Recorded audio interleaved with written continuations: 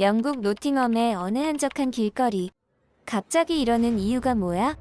아무리 생각해도 도무지 이유를 모르겠어. 우리 서로 사랑하고 있는 거 아니었어? 이곳의 어느 한적한 거리에서는 다정하게 손을 잡고 거리를 거닐던 분위기 좋은 연인이 갑작스레 언성을 높이며 이야기를 나누고 있습니다. 한참을 분위기 좋게 거리를 거닐던 이 연인들은 무엇 때문에 언성을 높이며 대화를 나누는 것일까요? 그런데 얼마 후 이 두 사람은 충격적인 반전을 맞이하게 되는데요. 도대체 그들에게는 무슨 사연이 있었던 것일까요? 안녕하세요.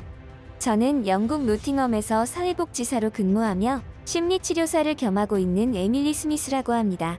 제가 영국에서 사회복지사로 근무하며 심리치료사까지 겸하게 된 과정은 결코 쉬운 일이 아니었는데요. 여러분들에게 이 이야기를 해드리기 위해서는 저의 지옥 같은 유년기 시절을 언급할 수밖에 없을 것 같습니다. 제가 유독 유년기 시절을 끔찍한 지옥이라고 표현하는 이유는 바로 저희 아버지 때문인데요. 저희 아버지는 영국의 캠브리지라는 도시에서도 말씀을 잘하시기로 유명했던 달변가셨습니다. 하지만 그런 재능을 부정적인 곳에 사용하다 보니 어느새 사기꾼이 되어서 경찰서를 들락거리는 신세가 되었죠. 어머니의 얼굴을 한 번도 보지 못하고 자란 저였기에 이런 아버지와 단둘이 살아가다 보니 일찍부터 철이 들었던 것 같습니다. 돈이 없다면 밥을 먹을 수 없었고 집이 없다면 잠을 잘 수 없다는 것을 유년기 시절부터 깨닫기 시작했죠. 그러던 와중에 처음에는 경찰서에 조사받고 짧게 들락거리던 아버지는 어느 순간부터는 크게 사기를 치다가 걸렸는지 감옥에 들어가시곤 한참 동안 얼굴을 볼 수가 없었습니다. 아버지에게 미성년자인 어린 딸이 있다는 사실을 어떻게 알았는지 정부에서 저의 복지에 개입하기 시작했죠. 당연하게도 아버지와 둘이서 살던 허름하고 작은 집도 경매에 넘어갔습니다. 아버지와 끔찍하게 살아가던 그 집에는 일말의 추억도 없었기에 오히려 잘 되었다 싶은 생각뿐이었죠. 더구나 아버지가 사기 행각을 벌이면서 큰 빚을 지셨는데 저는 그 빚은 떠안을 생각이 추호도 없었습니다. 그렇게 한편으로는 홀가분한 마음으로 아버지로부터 멀어져 새로운 위탁 가정에 몸을 맡긴 채 미성년자인 저였지만 산전수전 다 겪은 아이처럼 공허한 눈빛으로 그저 그렇게 살아갔습니다. 그러다가 웬 이상한 아시아 계통의 남자를 만나게 되면서 저의 마인드가 완전히 뒤바뀌는 일이 있었죠. 그 남자는 제가 위탁하여 지내던 집에 주기적으로 택배를 배달하던 직원이었습니다. 그런데 하루는 택배를 수령하는 저의 눈빛에서 공허함을 감지했는지 저에게 물었죠. 고민거리가 있느냐고. 하지만 저는 그런 거 없다며 애써 무표정하게 대답했고 어쩌다 보니 그 젊은 아시아 남자에게 저의 이야기를 해버리고 말았습니다. 그런데 이게 무슨 일인지 전혀 알지 못하는 남에게 저의 속사정을 이야기하고 나니 후련한 마음이 드는 거 아니겠어요? 참 이상한 일이었습니다. 저의 그러한 사정을 듣고 있던 아시아 남자는 저에게 쿠폰 하나를 건네주었습니다. 스트레스 받거나 맛있는 음식을 먹고 싶을 때 이곳에 적힌 주소로 찾아가 이 쿠폰으로 음식을 먹으라고 했죠. 그러면서 저에게 좌절하지 말고 부정적인 것을 보지 말라 했습니다. 우리가 살아가는 세상은 부정적인 것만 보다 보면 어느새 너의 인생이 부정적으로 변해버린다면서 말이죠. 하지만 긍정적인 생각으로 앞을 보며 달려간다면 너의 인생은 어느새 반짝반짝 빛나는 인생이 되어 있을 것이라 했습니다. 참으로 멋진 이야기 아닌가요? 그 당시에는 부끄러운 마음에 그 아시아 남자에게 티를 내지는 않았지만 속으로는 엄청 감동을 받았답니다. 그리고 깨달았죠. 나도 어쩌면 행복하게 살 수 있을지 모른다고요. 스스로 열심히 노력하고 앞으로 나아가다 보면 언젠가는 아버지의 그늘에서 벗어나서 보란듯 멋진 인생을 살 수 있을지 모른다고 생각했죠. 하지만 그렇게 긍정적이고 멋진 상상을 하면서도 아버지라는 단어를 생각하니 불현듯 끔찍한 아버지의 모습들이 떠올랐습니다. 심지어 저는 그런 사람의 친자식이기 때문에 언젠가는 저도 그런 끔찍한 사람이 될지도 모른다고 생각했죠. 어느덧 고등학생이 된 저는 신세를 지던 위탁 가정에 감사의 인사를 드리고 독립했습니다. 이제는 혼자서 일자리를 구해서 일을 하여 돈을 벌 수 있는 정도의 나이가 되었기에 더 이상 그곳에 민폐를 끼치고 싶지 않아서였습니다. 처음에는 무작정 돈을 벌기 위해 이것저것 일의 종류를 가리지 않고 했습니다. 저에게 일자리를 주는 직장이라면 그게 육체적으로 고된 일일지라도 마다하지 않았죠. 지금 생각해보면 그러한 과정들이 저의 인생에서 아주 큰 에너지가 되었던 것 같습니다. 그렇게 약 5년이라는 시간 동안 일에만 미쳐서 돈을 모으는 데만 집중한 결과 저에게는 작지만 오롯이 저의 시간을 즐길 수 있는 방을 구할 수 있었고 저의 주변에는 친구와 더불어 좋은 지인들이 생기기 시작했죠. 이때만 하더라도 저는 아버지의 그늘에서 벗어나 저만의 독단적인 행복한 인생을 살아갈 수 있으리라 생각했습니다. 그 일이 아니었다면 말이죠. 어느 날 훌쩍 커버린 저의 앞에는 익숙한 모습의 남성이 찾아왔습니다. 익숙하지만 두 번 다시는 보고 싶지 않았던 그 사람이었죠. 저의 아버지였습니다. 감옥에서 복역을 마치고 출소하신 거였어요. 어떻게 저의 거처를 알아낸 것인지 제가 일하는 직장 앞으로 찾아왔죠. 순간적으로 온몸에 소름이 끼쳤고 할 수만 있다면 모른 채를 하고 싶을 정도였습니다. 그때가 언제인데 훌쩍 커버린 나의 모습을 제발 기억하지 말았으면, 제발 잊어주었으면 했습니다. 하지만 저의 그런 간절한 바람은 수포로 돌아가 버렸죠. 너는 오랜만에 이 아비를 보고도 아는 체도 하지 않느냐며 허름한 옷차림에 험악한 인상을 지으며 저에게 윽박지르셨거든요. 사람들이 없는 골목으로 아버지를 데려간 저는 아버지가 저를 찾아온 이유를 대번에 알게 되었습니다. 아버지는 새로운 인생을 시작하려 한다며 저에게 가진 돈을 조금 내어놓으라 하셨습니다. 당연하게도 저는 내가 돈이 어디 있느냐, 나도 겨우 입에 풀칠만 하고 사는 정도라며 거절했지만 아버지는 포기하지 않고 끈질기게 저에게 돈을 요구했습니다. 돈을 주지 않는다면 네가 사는 집은 물론이고 직장까지 쫓아다니며 괴롭혀줄 거라면서 말이죠. 저는 순간적으로 이 인간이 진짜 나의 친아버지가 맞을까 하는 생각을 하게 되었습니다. 나 같으면 아비 없이 혼자 이렇게 잘 생활하고 있어서 정말 고맙다고 기특하다고 해주었을 텐데 이 사람은 전혀 인간의 감정 같은 것은 없는 것 같다고 생각이 들었죠. 결국 저는 어디에 있든 무슨 일을 하든 아버지의 그늘에서 벗어날 수 없다고 생각했습니다. 얼마 되지 않는 저의 돈을 뜯어가서 또 보나마나 어딘가에서 흥청망청 써버리고 타인의 등을 쳐먹고 살아갈 게 뻔했지만 저는 돈을 줄 수밖에 없었죠. 아버지와 저의 악연의 고리는 너무나 끈질기게 연결되어 있었습니다.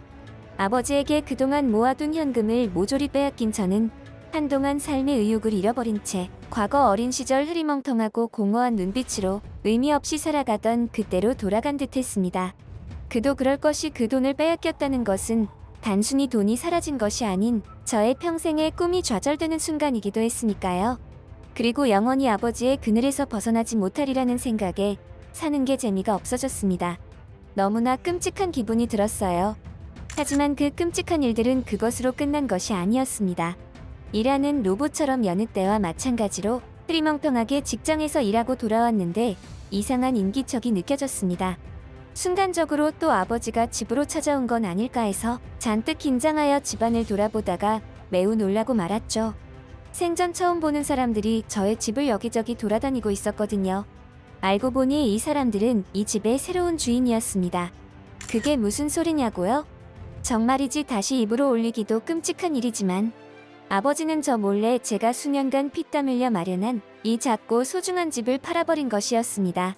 그렇게 저는 다시 한번 집도 절도 없는 시기를 보내야 했던 가난뱅이 시절로 돌아가 버리고 말았죠.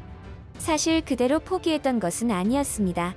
최대한 법적으로 아버지가 임의로 팔아버린 저의 집을 되찾을 수 있는 방법이 있을까 해서 한동안 변호사 사무실을 돌아다니기도 했죠. 그러다가 집을 되찾지는 못했지만 저에게는 평생 잊을 수 없는 특별한 인연을 만들게 되었어요. 변호사 사무실에서 사무장으로 근무하던 한국 남자였는데 법률 자문을 구하다가 자연스럽게 연인 사이로 발전하게 되었죠. 참 자상하고 배려심이 깊은 남자였습니다. 하지만 그와의 관계가 깊어지면 깊어질수록 저의 불안감은 커져만 갔습니다. 아마 다른 사람이었어도 그 당시에 저와 같은 상황에 놓여 있는 사람이라면 비슷한 불안함을 느꼈을 겁니다. 아버지는 사기꾼에다가 그런 아버지에게 수년을 노력해서 일구어낸 모든 것을 빼앗긴 상태였으니까요. 게다가 또다시 언제든 나타나서 제가 가진 것을 빼앗아 갈지도 모를 그런 아버지였으니 불안할 수밖에 없었죠. 사랑하는 이 남자에게 피해가 전가될까봐 언제나 노심초사였습니다. 이런 저였기에 어찌 보면 연애는 사치라는 생각을 하기도 했죠. 그래서였을까요? 여느 때처럼 좋은 어느 날 한국인 남자친구와 노팅엄의 한 거리를 거닐다가 아무런 예고 없이 그에게 난데없는 이별을 통보하고 말았습니다. 사실 뜬금없기는 했지만 저 혼자서 한참 동안 고민하고 고민해서 내어놓은 결과였죠. 그이에게는 너무나 미안했습니다. 못할 짓이었죠. 혼자서 감정을 해결하고 결론을 내버린다는 것은요.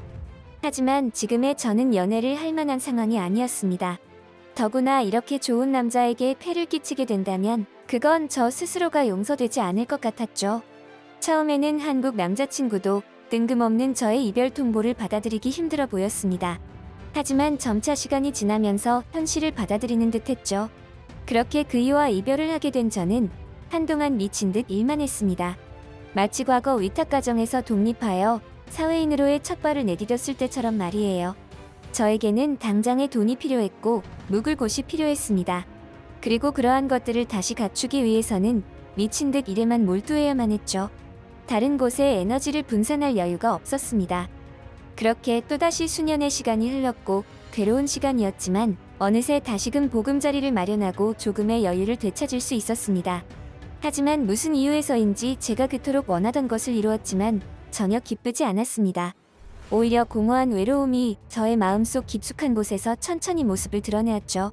더 이상 아버지는 제 앞에 나타나지 않았고 저 혼자서 편하게 쉴 수 있는 집을 구했으며 사회복지사로서 심리상담 일을 하는 지금이 너무나 여유롭고 평온했지만 저는 외로움을 느꼈습니다. 그리고 문득 타자투성이었던 저를 있는 그대로 받아들이고 사랑해 주었던 한국 남자친구가 생각났습니다. 정말이지 저에게는 과분했던 그 남자. 하지만 지금은 제 곁에 없는 그 사람이 보고 싶었습니다. 마음이 싱숭생숭하여 집안을 뒤적거리다가 우연히 기억의 저편에 있던 작은 종이 쪼가리를 발견했습니다. 주소가 적혀있는 작은 쿠폰이었는데 오랜 세월을 견딘 탓인지 너덜너덜해져서 자칫 잘못하면 찢어져 사라질 것 같은 종이었죠. 한편으로는 이 쿠폰 덕분에 지금의 제가 있는 것이나 다름없었고 새로운 인생을 살게 해준 소중한 추억이 깃든 쿠폰이었습니다. 쿠폰에 적힌 주소는 아이러니하게도 제가 있는 노팅엄에 위치한 주소였습니다. 무언가에 홀린 듯 해당 주소에 도착한 저는 안도의 한숨을 내쉬었죠. 오랜 시간이 지났지만 그곳에는 어엿하게 식당이 운영 중이었거든요. 이렇게 오랜 시간 식당이 유지되고 있다는 것은 아마도 굉장한 맛집이 아닐까 하는 기대도 드는 순간이었습니다. 마침 시장에 진 배를 부여잡고 안으로 들어간 저는 믿을 수 없는 장면을 목격하고 그 자리에서 넋이 나가버리고 말았죠. 그곳에는 익숙한 모습의 동양인 남자가 식사를 하고 있었거든요. 제가 사랑했던 유일한 남자. 너무나 사랑하지만 어쩔 수 없이 헤어져야만 했던 그 한국인 남자친구가 있었습니다. 그 사람도 저만큼이나 놀란 듯했죠. 우리가 연인 사이였을 때도 함께 온 적이 없는 식당이었기에 이런 곳에서 서로가 만나리라고는 상상조차 할 수 없었으니까요. 이날 우리는 많은 이야기를 나누었습니다. 그리고 오늘의 만남이 결코 우연이 아니라는 생각이 들었죠. 한국인 전 남친은 이따금 고향이 그리울 때면 이곳을 찾는다고 했습니다. 고향이 그리울 때면 고향의 음식을 먹는 것만으로도 그곳을 추억하는 데 도움을 주니까요. 그런데 갑자기 제가 가지고 온 낡아 빠진 한 장의 쿠폰을 본 그 사람은 얼굴이 사색이 되더니 그거 어디서 난 것이냐고 물어보는 게 아니겠어요? 알고 보니 그 쿠폰은 자기가 과거 20대 젊은 시절 택배 일을 할 때 한 소녀에게 건네주었다는 것이었어요. 그 소녀의 눈빛이 왠지 과거 자신의 우울했던 그 시절의 눈빛을 닮았다는 이유로 말이죠. 맞습니다. 그 소녀는 바로 사기꾼 아버지가 감옥으로 가면서 위탁가정에서 살아가던 저였어요. 저와 남자친구는 한동안 서로의 눈만 뚫어져라 바라보며 말을 이어가지 못했습니다. 그리고 잠시 후 우리는 서로가 약속이나 한 듯 식당이 떠나가라 웃었죠.